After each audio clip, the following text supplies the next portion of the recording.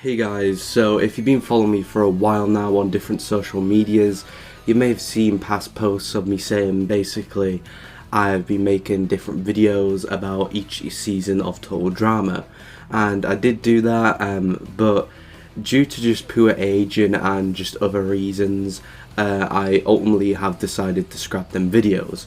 However, today I am here to actually kinda make an alternate Total Drama video to finally put on the channel once and for all, and this will be my ultimate ranking of all the seasons. It'll also be made from past scripts that I made about the show. So yeah, let's just get into it and get into number 7. So number 7 obviously is Total Dramarama. This is the most recent spin-off that is set in an alternate universe where Total Drama and 16 exist in the same universe and they now are children instead of teens. Yeah, straight off the bat, this one is weirdly all over the place. Like all Total Drama projects, it is created by Tom McGillis and Jennifer Purge, and is produced by Fresh TV Inc. in association with Chorus Entertainment and Cartoon Network. It also premiered on Cartoon Network in the US on September 1st, 2018, and it then premiered on Teletoon in Canada on October 7th of the same year. The show is still going on with its 3rd season released in April of this year. So overall, I have watched random select episodes from season 1 and 2 of this, and I can confidently say, since this show is the type of show where each episode is standalone, that this show overall is just very annoying and unnecessary. It just has a lot of problems, with the first being the fact that there is no actual purpose of it whatsoever, other than just to profit off younger kids that prefer these loud, colourful shows like this. The characters are also just so bland here, they all just stick to their one singular stereotype. Yes, as I'll most likely say later on in the video, the original seasons did do this, but even then the characters were developed in them seasons, while here you just get a bad boy, a good boy, etc. The music is also barely even music, it's just mostly toddlers making stupid noises with a beat mixed onto it. As with some of the rest of the bad Total Drama seasons, the humour also leans into being too juvenile, to the point where it's just stuff like farting, which is just a really lazy trope in kid shows. The only thing I can really give props to is its animation. It is very smooth and it is better quality than the remasters of the original Total Drama seasons. But hey, the last 2 Shrek movies had good animation, but that doesn't mean I like them whatsoever. Overall, I guess it's obvious I do not like this show, and I am surprised some Total Drama fans other than new fans like this show, since it is nowhere like what it used to be, and heck, even some of the other bad seasons I will also be covering are a lot better than this. Honestly, it's just another one of them lazy reboots Cartoon Network have done for ages now, and I'm just so sick of it. Like, they just took an 80s formula thing and it's embarrassing overall. Anyways, let's move on to number 6, which is Season 5, which includes 2 different Total Drama stories, which are All Stars and Pakatu Island. Overall, All Stars is set in Camp Wakwanakwaa, a place I'll mention a lot. Essentially, it is a location that is used a lot in the show. This time, however, we see 14 competitors go onto the island, and they are a blend of 2 generations of Total Drama. This is people from the first Total Drama seasons and people from the 4th season of the show. The competitors are also put into 2 teams based on their roles in previous seasons, the hero team and the villain team. Like most seasons, the overall winner will receive 1 million Canadian dollars. Now onto my thoughts on All Stars. First off, this idea should have not been done so early on in the Total Drama universe. Yes, this is a great idea seeing 2 generations of show face off against each other, but we had 80 episodes plus specials with the first generation, which help us get to know them, showing how they overall have developed. However, this second generation only had 13 episodes, which overall just doesn't give us that much development. I overall think we should have at least had 1 full season where the new cast was in, where we got to follow the new cast, and then done this as a season. Or if they didn't have time due to restrictions, they could have done this plot, but have it as the new cast return where they think it's almost over, but Chris has a surprise for the cast where original cast members are returning. Overall, giving us more time with the new cast in this season while still getting to see the old cast return for this magical all-star season. Moving on to my second problem with this story, which is its villain, who is Mal. Who is Mal, you ask? Well, Mal is a new personality Mike tried to hide, and that is because he is a rebel. Yeah, well, he takes over sometime and, well, wants to screw everyone over by doing the most evil thing, breaking Sam's Game Boy knockoff. I get he does a little bit more than that, but it's not exactly like he did this all that well, since Duncan already knew who Mal was from Juvie. The show also portrays how this character goes away so bad as well, for a kids and teen show especially, where you basically see Mike and his other personalities wipe him away by pressing a simple button. My third problem with this season as well is how they handled the Gwen and Courtney situation. I get that Gwen kind of stole Duncan from Courtney, but by putting her in the villain group because of this, it's just like, really? Like, sorry that this character has feelings, Chris. Oh, and when Gwen tries to reach out to Courtney, she doesn't seem to care a lot after the first episode, which is just like, what's the point in all of this? My final problem is that the lineup is just done so wrong as well. Some characters should have been there while some characters shouldn't, but I'll just leave many videos that have already covered this problem to explain it to you. Now moving on to Pakatu Island. This is the part of the show that introduces the third generation of contestants, but it also introduces a brand new location. This new location is completely empty, and this new cast must survive through the rough wild. Another new addition to this is that when one of the teams win, they also receive a meal from a sponsor. Overall, I personally don't see why this is the most hated thing out of the whole Total Drama fandom, however. Yeah, I can agree that there was no need to rush into another set of characters again, but I do enjoy it more than All Stars. I'd say I enjoyed it more due to its cast, where I thought some characters were great, but at the same time, there was some that were too cartoonish. Characters I liked were Topher, Jasmine, and, well, Sean. Characters I disliked were Amy, Sammy, and Dave, while characters that I thought were too childish were Beardo, Leonard, Rodney, Ella, Scarlett, Max, and Sugar. Overall, characters were just underused or were just over-exaggerated. Overall, you can really see that they didn't really know how to move away from its original cast. Anyways, let's move on to number 5, which is Revenge of the Island. This season is the second season of the show to be set in Camp Wakwanakwha, but this time it is radioactive. This is also the new season that introduces us to the second generation of characters. This season is overall just one I have mixed feelings about. I liked Mike and Zoe's relationship, I guess. I overall liked the concept of Mike and his multiple personalities, really working well with both and jokes with drama. However, I do think it was kept a secret for a little too long in the season. As I just mentioned, Zoe was an alright character with Mike, but overall I feel like this is the only thing that you get to see from this particular character. Pretty much with the two flirting straight away, that kinda did bother me because it's really unrealistic. And Maria was also involved with this type of storyline since she fell in love with one of Mike's personalities, but again, as a character alone, I just find her character annoying. Moving on to a ship that a lot of the fandom used, which is Brick and Joe. Both characters are pretty cool and I liked how they were used overall in the season, but they just aren't my type of characters I typically root for.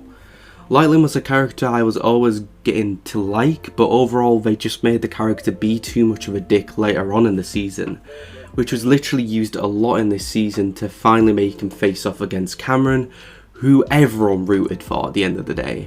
Mentioning Cameron, I liked him, he's quite a sweet character, but overall again, it's just a type of character that the series has done, which is just a nerdy character. Mentioning nerdy characters from previous seasons, Ezekiel, well, you know how he's turned into a mutant monster? Well, that was Dakota this season, which I find very lazy. But at least she got to be happy with our Seth Rogen knockoff named Sam, which is a cool new idea, having a gamer be on the show, but most of it just ends up being the same at boomer jokes, over and over again. Stacy was also annoying, but yeah, I guess that was the point of her character, so fair enough. Mentioning annoying, let's have a look at Scott, who is the main villain of this season. And well, overall, I just can't respect him due to the repetitive shark joke. The final person to mention is B, who yeah, was another stereotypical character, but this time this was someone who was mute. But here B was more than that and was really smart overall. But they ended up just kicking him out early. Overall, I think these characters were pretty good ideas, but the writing was just overall poor. Now let's move on to number 4, which is Total Drama Action. This is the second season of Total Drama, and well, was a reality show parody pretty much like the rest of the Total Drama series. It was also the first season to award the contestants 1 million Canadian dollars if they win. Overall, this season has the same formula as the first season, other than some challenges being more movie related. For example, episode 2 covers alien movies. They also very much doubled down on the drama this season. Overall, this season did have a lot going on, but most of it wasn't that bad. Overall, it was just a mess season, and well, this season overall still is better than the previous titles I have mentioned. However, it's just the worst one out of the best titles, which overall makes it, again, a mess season. Anyways, let's move on to number 3, which is Total Drama Island. This is the first season of the franchise, and well, of course, is set in Camp Wakwanakwaa, which is a bug-infested island. Overall, campers must come on this island and compete in challenges which get more insane and dangerous each episode. They do this so they don't get voted off by their fellow campers and teammates. The winner would also receive 100,000 Canadian dollars if they win. Like all seasons apart from the spin-offs, Chris McLean hosts the show and is assisted by the campers chef. Overall, I really enjoyed this first season, and well, it is a reason why I carried on with the whole series. It has a great premise, great characters, and overall this is a great original idea for a show. It was also actually the only season that I ended up watching through my childhood. Anyways, let's move on to number 2, which is Total Drama The Ridonkulous Race. This was the first spin-off and well revolves around races visiting a different country each episode. After each race, last place would be eliminated obviously. Teams must also go to Dom boxes each episode to receive clues that lead them to deciding what challenge they want to perform in the country. Overall, I think this spin-off is brilliant. It is an inspiration from number 1, but I also do think that Don, who replaced Chris as a host for the season, was a pretty good host. The teams were also really likeable. I mean, there were some bland ones, but overall I only really disliked 2 teams overall, to be honest. So overall, let's move on to number 1, which is Total Drama World Tour. In this season, 15 contestants from the first generation and even 2 new contestants take a trip around the world and compete in cultural themed based challenges of countries they visit. There was also a brand new twist, which was that whenever Chris demands them, they must sing. Overall, I really loved this season, and it's a revamp of the show with its new ideas. For problems I would say I had with this season was that they very much preferred some characters over others. But they did this in all the Total Drama seasons, and I still think that they tried to use smaller characters more. Especially Noah, who is one of my favourite characters. Another problem I definitely had with this season was the love triangle. Yeah, I found Duncan and Courtney as a good couple, and I loved Gwen and Trent as a couple. So if it ain't broke, don't fix it. However, they are my only problems with this season. Overall, it may seem that I didn't like Total Drama, but I really did like this franchise. And well, I'm really looking forward for the 2 new seasons. If they're crap, so be it, and they'll just probably be at the bottom of this list when I create like an updated whenever they do come out. But overall, again, I really do love the early seasons of the show, especially the first generation. So overall, I just want to apologise to the people that were looking forward for videos that fully covered each season. It was just that I didn't really want to remake them again and possibly end up scrapping them as well. And when I did announce that I was making this video on social media, it has took a while since then. I did have my first COVID jab, and I still ended up with the overall, well, COVID, and that made me stop for a while. At the minute, it looks like I'm going out on Tuesday, but at the same time of recording, there has been something that's popped up that could extend my time being in isolation. However, since I'm feeling fine now, I can sit in this room and make a few more videos for you guys. There'll be a lot more videos hopefully in the summer, and hopefully I can stick around with this YouTube channel while I'm hopefully at university as well. So if you like this video, please consider a like, commenting, subscribing. I'd really love you guys to comment down your thoughts on the Total Drama seasons, and yeah, thank you so much for watching the video, and peace. Sorry about this random thing being at the end and how badly set up it all is, but it's to address two things. The first thing is just an update on what I mentioned now with me with COVID. I am now getting out on Friday. It is currently the Tuesday of me recording this video and just finishing editing the whole video itself. And yeah, that's because someone else in the household got COVID. Hopefully the other person in the house doesn't get it and we have to extend it longer. There was a bit of a panic there, but no, they haven't had a negative test that actually came this morning, and it looks like we're out on Friday.